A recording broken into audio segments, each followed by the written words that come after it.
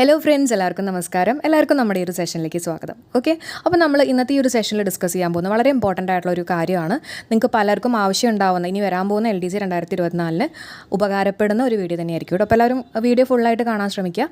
അപ്പോൾ എന്തുകൊണ്ടാണ് എത്ര പഠിച്ചിട്ടും നമുക്ക് ഇംഗ്ലീഷിൽ നെഗറ്റീവ് അടിക്കാനുള്ള റീസൺ? ഓക്കെ, അപ്പോൾ പല സ്റ്റുഡൻസും എന്നോട് ചോദിച്ചിട്ടുണ്ടായിരുന്ന ഒരു കാര്യം തന്നെയാണ്, എന്തുകൊണ്ടാണ് മിസ്സേ എനിക്ക് അത്യാവശ്യം നല്ല രീതിയിലൊക്കെ ഇംഗ്ലീഷ് അറിയാം എന്നിട്ട് കൂടി എനിക്ക് നെഗറ്റീവ് അടിക്കുന്നു. അപ്പോൾ അതെന്തുകൊണ്ടാണെന്നുള്ളത് നമുക്ക് ജസ്റ്റ് ഒന്ന് നോക്കാം. ഓക്കെ, അപ്പോൾ ഇതിലിപ്പോൾ ഞാൻ പറയുന്ന കാര്യങ്ങൾ നിങ്ങൾ എന്തെങ്കിലും ചെയ്യുന്നില്ലെങ്കിൽ തീർച്ചയായിട്ടും അതൊക്കെ ഒന്ന് മാറ്റി റെക്ടിഫൈ ചെയ്യാനൊക്കെ നോക്കുക കേട്ടോ. ഓക്കെ, അപ്പോൾ ആദ്യത്തെ പോയിന്റ് എന്ന് പറഞ്ഞാൽ നമ്മൾ ഇംഗ്ലീഷ് പഠിക്കും അല്ലേ, ഇംഗ്ലീഷ് നിങ്ങൾക്ക് അത്യാവശ്യമൊക്കെ അറിയുന്ന ആളായിരിക്കും. പക്ഷേ പഠിക്കുന്ന കാര്യങ്ങൾ നമ്മൾ അതിൻ്റെ എക്സെപ്ഷൻ കേസുകൾ നോക്കാറില്ല. ഇപ്പോൾ ഒരു എക്സാമ്പിൾ പറയുകയാണെങ്കിൽ ഞാനിവിടെ കുറച്ച് കേസുകൾ കൊടുത്തിട്ടുണ്ട്. ഈ സബ്ജക്റ്റ് വെർബ് എഗ്രിമെൻറ്റ് അല്ലെങ്കിൽ കോൺകോഡൊക്കെ അറിയുന്ന ആളാണെങ്കിൽ ഈച്ചിന് ശേഷം നിങ്ങൾ എല്ലാവരും പഠിച്ചു വെച്ചിട്ടുണ്ടാകും, ഈച്ചിന് ശേഷം സിംഗുലർ വെർബാണ്. അപ്പോൾ നമുക്ക് ഫസ്റ്റ് ഇതിലത്തെ ഒരു പോയിന്റ് നോക്കാം. Each of the students is given a packet of chocolate. Each of the സ്റ്റുഡൻസിലെ ഓരോരുത്തർക്കും ഒരു പാക്കറ്റ് ഓഫ് ചോക്ലേറ്റ് കൊടുക്കപ്പെട്ടു എന്നുള്ളതാണ് ഉദ്ദേശിച്ചിട്ടുള്ളത് അല്ലേ. അപ്പോൾ ഈച്ചിന് ശേഷം ശരിയാണ്, എസ് ആണ് യൂസ് ചെയ്യേണ്ടത്, സിംഗുലർ വെർബാണ് യൂസ് ചെയ്യേണ്ടത്. അപ്പോൾ ആ ഒരു കേസിൽ ശരിയാണ്. പിന്നെ ഒരു കാര്യം കൂടിയുണ്ട്, ഈച്ച് ഓഫിന് ശേഷം എപ്പോഴും പ്ലൂരൽ നൗൺ അങ്ങനെ പറഞ്ഞ് പഠിക്കണ്ട കേട്ടോ. ഈ ഓഫിന് ശേഷം നമ്മൾ സാധാരണ പ്ലൂരൽ നൗൺ തന്നെയാണ് യൂസ് ചെയ്യുക. അപ്പോൾ അതൊരു പെർട്ടിക്കുലർ റൂളായിട്ടൊന്നും പഠിക്കേണ്ട, ജസ്റ്റ് നിങ്ങൾ പഠിച്ചു പോവുക. ഓഫിന് ശേഷം പ്ലൂരൽ നൗൺ ആയിരിക്കും, അതിപ്പോൾ ഈച്ച് ഓഫ് ആണെങ്കിലും ഏത് കേസ് വരുമ്പോഴും കേട്ടോ. ഇനി അടുത്ത പോയിന്റ് നോക്കിയേ, students each are given a packet of chocolates. Okay, അപ്പോൾ ഇവിടെ നോക്കുകയാണെങ്കിൽ സ്റ്റുഡൻസ് ഈച്ച് ആർ, നമ്മൾ നേരത്തെ എന്താ പഠിച്ചേ, ഈച്ചിന് ശേഷം എസ് യൂസ് ചെയ്യണമെന്ന് പഠിച്ചു അല്ലേ, അല്ലെങ്കിൽ ഈച്ചിന് ശേഷം സിംഗുലർ വെർബാണ് യൂസ് ചെയ്യണമെന്നുള്ളത് പഠിച്ചു. ഇവിടെ എന്താ പറഞ്ഞിട്ടുള്ളത്, ഈച്ചിന് ശേഷം പ്ലൂരൽ വെർബാണ് യൂസ് ചെയ്തത്. അതെന്തുകൊണ്ടാണ്? കാരണം ഈച്ചിന് മുമ്പിൽ പ്ലൂരൽ ആണെങ്കിൽ, അതായത് നമ്മുടെ നൗൺ നോക്കിയേ സ്റ്റുഡൻസ് ആണല്ലേ, അപ്പോൾ ഈച്ചിന് മുമ്പിൽ പ്ലൂരൽ നൗൺ ആണെങ്കിൽ ഈച്ചിന് ശേഷം നമ്മൾ എന്ത് യൂസ് ചെയ്യണം, പ്ലൂരൽ വെർബ് യൂസ് ചെയ്യണം. മനസ്സിലായോ? അതുകൊണ്ടാണ് അവിടെ 6 വരാനുള്ള റീസൺ. കണ്ടോ, സ്റ്റുഡൻസ് അല്ലേ, അപ്പോൾ അതുകൊണ്ടാണ് അവിടെ 6 വരാനുള്ള റീസൺ. ഫസ്റ്റ് കേസിൽ എങ്ങനെയായിരുന്നു, നമ്മുടെ സെൻറ്റൻസ് സ്റ്റാർട്ട് ചെയ്തിട്ടുള്ളത് ഈച്ച് വെച്ചിട്ടാണ്. അപ്പോൾ അതുകൊണ്ട് തന്നെ അതിൻ്റെ മുമ്പിൽ ആരും ഒന്നും ഉണ്ടായിരുന്നില്ല അല്ലേ, അതുകൊണ്ടാണ് നമ്മൾ അതിന് ശേഷം സിംഗുലർ വെർബായിട്ടുള്ള എസ് യൂസ് ചെയ്യാനുള്ള റീസൺ. മനസ്സിലായോ? അപ്പോൾ ഈ ഫസ്റ്റ് റൂള് മാത്രം പഠിച്ചുള്ള ഒരാളാണെങ്കിൽ എന്ത് ചെയ്യും, ഞാൻ പഠിച്ചു വെച്ചിട്ടുണ്ട് ഈച്ചിന് ശേഷം സിംഗുലർ വെർബ്, അങ്ങനെ പഠിച്ചുള്ള ഒരാളാണെങ്കിൽ തീർച്ചയായിട്ടും ഈ ഒരു ക്വസ്റ്റ്യൻ നിങ്ങൾക്ക് കിട്ടിക്കഴിയുമ്പോൾ നിങ്ങൾക്ക് അവിടെ നെഗറ്റീവ് അടിക്കും. മനസ്സിലായോ? അപ്പോൾ എങ്ങനെയാണ് പഠിക്കേണ്ടത്, നമ്മൾ പഠിക്കുമ്പോൾ എല്ലാ കാര്യങ്ങളും, ഇപ്പോൾ ഏതെങ്കിലും ഒരു ടോപ്പിക്ക് പഠിക്കുമ്പോൾ അതിനെ ബേസ് ചെയ്തിട്ടുള്ള കുറേ കാര്യങ്ങൾ നമുക്ക് നോക്കാനുണ്ട്. എല്ലാ കാര്യവും പഠിച്ചിട്ട് വേണം നമ്മൾ മുന്നോട്ട് പോകാൻ. അല്ലെങ്കിൽ എന്ത് പറ്റുമെന്ന് അറിയാവോ, എക്സാമിന് നമ്മളിരിക്കുമ്പോൾ നമ്മൾ വിചാരിക്കും ഈച്ച് ഞാൻ പഠിച്ചിട്ടുള്ളതല്ലേ, സിമ്പിളാണ് എന്നും പറഞ്ഞിട്ട് നമുക്ക് അറിയാമെന്ന് വിചാരിച്ചിട്ട് നമ്മളത് ബബിൾ ചെയ്യും, നമുക്ക് നെഗറ്റീവ് അടിക്കും. മനസ്സിലാവുന്നുണ്ടോ? അപ്പോൾ എല്ലാവരും ഇങ്ങനെ ഒന്ന് പഠിച്ച് നോക്കാൻ ശ്രമിക്കുക കേട്ടോ. അപ്പോൾ ഞാൻ അടുത്തൊരു എക്സാമ്പിൾ പറയാം. Each boy and each girl is given a packet of chocolate. Okay, ഞാൻ ഫുൾ എഴുതിയിട്ടില്ല കേട്ടോ. അപ്പോൾ ഇവിടെ ശ്രദ്ധിക്കുക, ഈച്ച് ആൻഡ് ഈച്ച് വരുമ്പോഴും നമ്മൾ എന്ത് യൂസ് ചെയ്യണം, സിംഗുലർ വെർബ് യൂസ് ചെയ്യണം കേട്ടോ. അപ്പോൾ each boy and each girl is വേണം പറയാൻ. നമുക്ക് സാധാരണ ഒരു ആൻഡ് കാണുമ്പോൾ ഒരു പ്ലൂരൽ ഇടാനുള്ള ഒരു തോന്നലൊക്കെ വരും കേട്ടോ. പക്ഷേ ശ്രദ്ധിക്കണം, each boy and each girl is given a packet of chocolate എന്ന് വേണം പറയാൻ.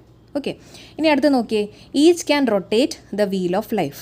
അപ്പോൾ ഇവിടെ നമ്മൾ പഠിച്ചിട്ടുണ്ട് സാധാരണ ഈച്ച് ക്യാൻ നമ്മളോട് ചോദിക്കണത് ചിലപ്പോൾ ഇങ്ങനെയായിരിക്കും, each can dash the wheel of life. Rotate ആണോ റൊട്ടേറ്റ്സ് ആണോ, ഇങ്ങനെയായിരിക്കും ചിലപ്പോൾ നമ്മളോട് ചോദിക്കുക. അപ്പോൾ ഈച്ച് ക്യാൻ റൊട്ടേറ്റ് ആണ് കേട്ടോ. അപ്പോൾ ചിലപ്പോൾ ചില ആൾക്കാരെങ്കിലും ചിലപ്പോൾ ഇവിടെ നെഗറ്റീവ് അടിക്കും, കാരണം ഈച്ച് ക്യാൻ റൊട്ടേറ്റ്സ് എന്നൊക്കെ പറയും, കാരണം ഈച്ചിന് ശേഷം സിംഗുലർ വെർബ് അല്ലേ യൂസ് ചെയ്യേണ്ടത്, റൊട്ടേറ്റ്സ് എന്ന് പറയുന്നത് സിംഗുലർ അല്ലേ എന്നൊക്കെ വിചാരിച്ചിട്ട് ആ വഴിക്കൊക്കെ ചിന്തിച്ച് പോകുന്ന ആൾക്കാരുണ്ടാവും. പലരും ശരിയാക്കും കേട്ടോ, ഞാൻ ജസ്റ്റ് എക്സാമ്പിൾ പറഞ്ഞു എന്നേ ഉള്ളൂ. അപ്പോൾ ഇവിടെ റീസൺ എന്ന് ചോദിക്കുകയാണെങ്കിൽ ഈ ക്യാൻ എന്ന് പറയുന്ന ഒരു മോഡൽ ഓക്സിലറി വെർബ് അല്ലേ, അപ്പോൾ ക്യാന്, വില്ല്, ഷാല്, കുഡ് അങ്ങനെയുള്ള ഏത് മോഡൽ ഓക്സിലറി വെർബ് വരികയാണെങ്കിലും അതിന് ശേഷം നമ്മൾ ബേസ് ഫോമേ യൂസ് ചെയ്യാൻ പാടുള്ളൂ. എന്താ ബേസ് ഫോം എന്ന് പറഞ്ഞാൽ എസ് ഒന്നും ചേർക്കാത്ത ഫോം കേട്ടോ. അപ്പോൾ റൊട്ടേറ്റ് എന്ന് വേണം പറയാൻ. അപ്പോൾ ഇത് ഈച്ചിൻ്റെ റൂളൊന്നും അല്ല, പക്ഷേ ഈച്ചിന് ശേഷം കണ്ടോ ക്യാന് വന്നു. ആ ക്യാൻ വന്നതുകൊണ്ട് അല്ലെങ്കിൽ ഏത് മോഡൽ ഓക്സിലറി വെർബ് വന്നു കഴിഞ്ഞാലും ഇങ്ങനെ വേണം നമ്മൾ ചെയ്യാൻ, എസ് ഒന്നും ചേർത്ത് പറയാൻ പാടില്ല. വളരെ സിമ്പിളായിട്ട് ആലോചിക്കുക, ഹീ വിൽ ഗോ എന്ന് പറയും അല്ലേ, ഹീ സിംഗുലർ ആണ്, നമ്മൾ എന്നിട്ട് വില്ലിന് ശേഷം ഗോസ് എന്ന് പറയുമോ? ഇല്ല, ഹീ വിൽ ഗോ എന്നേ പറയുള്ളൂ അല്ലേ. റീസൺ എന്താ? കാരണം വില്ലെന്ന് പറയുന്ന മോഡൽ ഓക്സിലറി വെർബാണ്, അതിന് ശേഷം നമ്മൾ എസ് ചേർക്കാണ്ടേ പറയുള്ളൂ. അപ്പോൾ ആ ഒരു പോയിന്റ് ക്ലിയർ ആയിട്ട് പഠിച്ചു പോകാം കേട്ടോ. പല ക്വസ്റ്റ്യൻസ് വരുമ്പോഴും നിങ്ങൾക്ക് ചിലപ്പോൾ ഈ ഒരു കൺസെപ്റ്റ് യൂസ്ഫുൾ ആയിട്ട് വരും. ഓക്കെ, ഇനി അടുത്ത് നോക്കാം. അപ്പോൾ നമ്മൾ 4 പോയിന്റ് പറഞ്ഞു അല്ലേ, എന്തൊക്കെയാണ്? ഈച്ചിന് ശേഷം നമ്മൾ സിംഗുലർ വെർബ് യൂസ് ചെയ്യും. ഈച്ചിന് മുമ്പിൽ പ്ലൂറൽ നൗൺ ഉണ്ടെങ്കിൽ ഈച്ചിന് ശേഷം പ്ലൂറൽ വെർബ് യൂസ് ചെയ്യണം. പിന്നെ ഈച്ച് ആൻഡ് ഈച്ച് എന്ന് പറയുമ്പോൾ അതിന് നമ്മൾ സിംഗുലർ വെർബ് യൂസ് ചെയ്യണം. പിന്നെ ഈച്ചിൻ്റെ കേസാണെങ്കിലും ഒരു മോഡൽ ഓക്സിലറി വെർബ് വരുമ്പോൾ നമ്മൾ എന്ത് യൂസ് ചെയ്യണം, അതിന് ശേഷം എസ് ചേർക്കാണ്ട് പറയണം അല്ലേ, ബേസ് ഫോം എന്ന് പറയും. ഇപ്പോൾ മനസ്സിലായോ എങ്ങനെയാണ് പഠിക്കേണ്ടതെന്നുള്ളത്? ഇപ്പോൾ ഞാൻ ഈച്ച് എന്ന് പറഞ്ഞുള്ള ഒരു ടോപ്പിക്ക് നിങ്ങൾ പഠിപ്പിക്കുന്നു.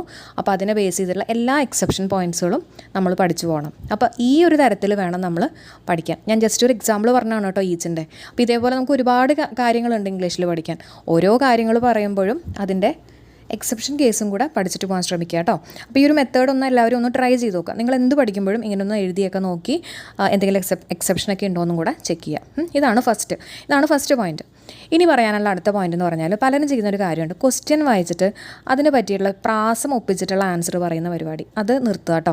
അപ്പോൾ നമുക്ക് എല്ലാവർക്കും ഉള്ളൊരു ടെൻഡൻസിയാണ്, ഇപ്പോൾ ഹാസ് പറയുമ്പോഴാണ് കുറച്ചും കൂടെ ഒരു രസം അല്ല, ഈ ക്വസ്റ്റ്യന് ഡാഷിൻ്റെ അവിടെ ഹാസ് പറയുമ്പോഴായിരിക്കും വാസ് പറയുന്നതിനേക്കാളും കുറച്ചും കൂടെ നല്ലത്. അങ്ങനെയൊക്കെ തോന്നിയിട്ട് ആൻസർ ചെയ്യുന്ന ആൾക്കാരുണ്ട് കേട്ടോ. അപ്പോൾ അതൊക്കെ തീർച്ചയായിട്ടും നിങ്ങളുടെ നെഗറ്റീവ് വാല്യൂസ് കൂട്ടും. അപ്പോൾ അങ്ങനെ ചെയ്യാണ്ടിരിക്കുക. നമുക്ക് ഗ്രാമർ പഠിക്കുമ്പോൾ നമുക്ക് ഓരോ റൂളുകളുണ്ട്. ചിലപ്പോൾ നമ്മുടെ സ്പോക്കൺ ഇംഗ്ലീഷിൽ നമ്മൾ പറയുന്ന പല കാര്യങ്ങളും ആയിരിക്കില്ല നമ്മൾ ഗ്രാമാറ്റിക്കലി പറയുമ്പോൾ ശരിയായിട്ട് വരാം. അപ്പോൾ അതിന് കുറച്ച് എക്സാമ്പിളുകളൊക്കെ ഉണ്ട് കേട്ടോ. നമുക്കത് ഇനി വരും ക്ലാസ്സുകളിൽ ഞാനത് കൂടുതൽ നിങ്ങൾക്ക് എക്സ്പ്ലെയിൻ ചെയ്ത് തരാം. ഞാൻ ഓൾറെഡി പറഞ്ഞു തന്നിട്ടുണ്ടായിരുന്നു, കൂടുതൽ നമുക്ക് ഈ ക്ലാസ്സുകളിൽ എടുക്കാം കേട്ടോ. അപ്പോൾ ആ ഒരു പോയിൻറ്റ് അതാണ് നെക്സ്റ്റ് വൺ. മൂന്നാമത്തെ പോയിൻ്റാണ് റിവിഷൻ ഇല്ലായ്മ. അതായത് നന്നായിട്ട് ഇംഗ്ലീഷ് അറിയുന്ന ആൾക്കാരൊക്കെ ആയിരിക്കും എനിക്ക് അത്യാവശ്യമൊക്കെ നന്നായിട്ട് ഇംഗ്ലീഷ് അറിയാം, എനിക്കറിയാത്തത് ചിലപ്പോൾ മാത്സ് ആയിരിക്കാം അല്ലെങ്കിൽ ഫിസിക്സ് ആയിരിക്കാം. അപ്പോൾ ഇംഗ്ലീഷ് നോക്കാണ്ട് ഈ സബ്ജക്റ്റുകളുടെ പുറകിലേക്ക് മാത്രം പോവുക.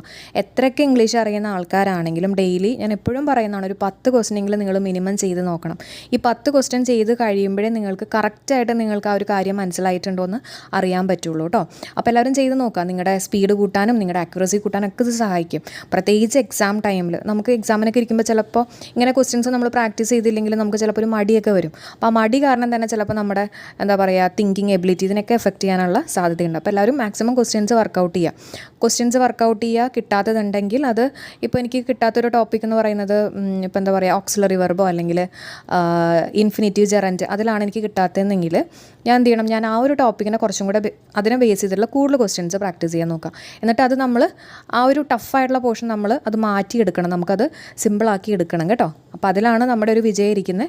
അപ്പോൾ എല്ലാവരും ആ ഒരു കാര്യം ചെയ്ത് നോക്കുക. എത്രയൊക്കെ അറിയെങ്കിലും നിങ്ങൾ ക്വസ്റ്റ്യൻസ് ചെയ്ത് നോക്കുക. ഒരു മിനിമം ഒരു 15 ക്വസ്റ്റ്യൻസ് എങ്കിലും എല്ലാവരും ചെയ്ത് നോക്കുക കേട്ടോ. നിങ്ങളുടെ സ്പീഡ് നാച്ചുറലി കൂടി വരുവേ. നാലാമത്തെ പോയിന്റ് എന്ന് പറയുന്നത് നമുക്കൊരു വില്ല് അല്ലെങ്കിൽ ഡിറ്റർമിനേഷൻ വേണം. ഞാൻ വിചാരിച്ച എനിക്കത് ചെയ്തെടുക്കാൻ പറ്റും, എനിക്ക് എന്തായാലും ഇംഗ്ലീഷ് പഠിച്ചെടുക്കാൻ പറ്റും. എത്ര ഇംഗ്ലീഷ് അറിയില്ലാത്ത ആൾക്കാർക്കാണെങ്കിൽ കൂടി നിങ്ങൾക്ക് ഈ വരുന്ന LDC 2024 ഇംഗ്ലീഷ് സുഖമായിട്ട് നിങ്ങൾക്ക് ആൻസർ ചെയ്യാൻ പറ്റും. കാരണം നമ്മൾ ഈ പഠിക്കുന്നത് IELTS എക്സാമിന് അതിനൊന്നുമല്ല, വളരെ ബേസിക് ആയിട്ടുള്ള വളരെ സിമ്പിളായിട്ടുള്ള കാര്യങ്ങളാണ് കേട്ടോ ഇംഗ്ലീഷിലെ റൂൾസ്. അപ്പോൾ സ്പോക്കൺ ഇംഗ്ലീഷ് ഒന്നുമല്ല, നമ്മൾ ജസ്റ്റ് അതിനകത്ത് നമ്മളൊന്ന് ബബിൾ ചെയ്താൽ മാത്രം മതി. അപ്പോൾ അത് കിട്ടാൻ വലിയ ബുദ്ധിമുട്ടൊന്നുമില്ല. നിങ്ങളൊന്ന് പ്രാക്ടീസ് ചെയ്യുക, ടോപ്പിക് വൈസായിട്ട് റിവൈസ് ചെയ്യുക. പിന്നെ റിവൈസ് ചെയ്യുമ്പോണ്ടല്ലോ, ഇപ്പോൾ ഞാൻ ആക്റ്റീവ് പാസീവ് പഠിച്ചു, അപ്പോൾ അതിന് മുമ്പ് ഞാൻ ടെൻസ് പഠിച്ചു, കോൺകോഡ് പഠിച്ചു, ഡയറക്റ്റ് ഇൻഡയറക്റ്റ് സ്പീച്ച് പഠിച്ചു. അപ്പോൾ ആക്റ്റീവ് പാസീവ് ചെയ്ത് പഠിച്ചതിന് ശേഷം നമ്മൾ ഈ മുമ്പ് പഠിച്ചിട്ടുള്ള ടോപ്പിക്കുകളൊക്കെ ഉണ്ടല്ലോ അതിൽ നിന്നൊക്കെ മിക്സഡായിട്ട് ക്വസ്റ്റ്യൻസ് ചെയ്ത് നോക്കണം. അല്ലാണ്ട് ആക്റ്റീവ് പാസീവ് മാത്രം വെച്ചുകൊണ്ടിരിക്കരുത് കേട്ടോ. ക്യുമുലേറ്റീവ് ആയിട്ട് ക്വസ്റ്റ്യൻസ് ചെയ്ത് നോക്കുക. ഓക്കെ, അപ്പോൾ വളരെ സിമ്പിളാണ്, നിങ്ങളെക്കൊണ്ട് പറ്റും. നമ്മൾ എന്തായാലും ഇതിനിറങ്ങി തിരിച്ചു അല്ലേ, തീർച്ചയായിട്ടും ഇനി നമ്മൾ വിജയം കൊണ്ടുവരണം കേട്ടോ. അപ്പോൾ എല്ലാവർക്കും bye, thank you so much for supporting. എല്ലാവരും ഈ രീതിയിലൊക്കെ ഒന്ന് പഠിച്ച് നോക്കുക. നമ്മുടെ ഈ ഒരു ചാനൽ നിങ്ങൾക്ക് യൂസ്ഫുൾ ആയിട്ട് തോന്നിയിട്ടുണ്ടെങ്കിൽ തീർച്ചയായിട്ടും നമ്മുടെ ഈ ഒരു ചാനൽ സബ്സ്ക്രൈബ് ചെയ്യുക, നോട്ടിഫിക്കേഷൻ ഓൾ കൊടുക്കാനും നിങ്ങളുടെ ഫ്രണ്ട്സിനൊക്കെ മാക്സിമം ഷെയർ ചെയ്യാനും നല്ല രീതിയിൽ പഠിക്കാനും എല്ലാവർക്കും സാധിക്കട്ടെ. എല്ലാവർക്കും bye, thank you so much for supporting.